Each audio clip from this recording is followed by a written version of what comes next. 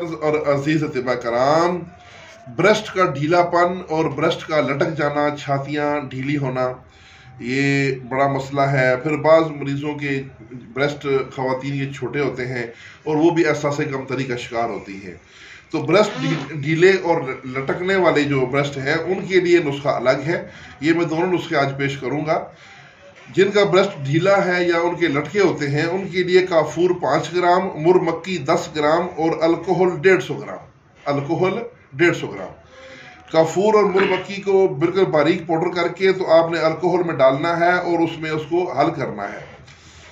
और जब ये हल हो जाए तो ये आपकी दवाई तैयार है। ये आप एक बोतल में संभाल के रखें।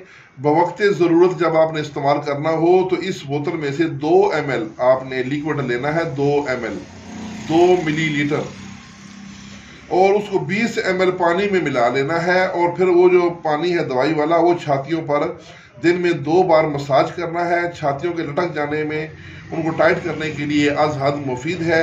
ये नुस्खा हमें भेजा हकीम इलियास फ्राम मुल्तान।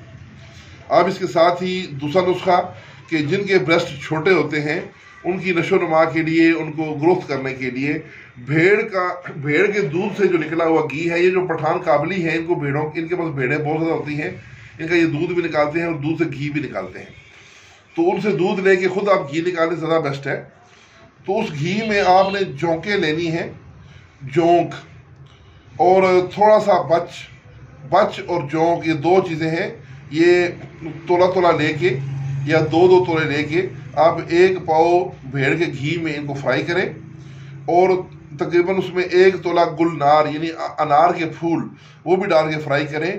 तो ये जो तेल तैयार होगा, ये तेल मालिश करने से पिस्तान बड़े भी होते हैं और सख्त भी होंगे। ये नुस्खा हमें दिया वैद अमृत लाल फ्राम जोधपुर इंडिया से। तो इसके साथ इजाज़त, वस्सलाम।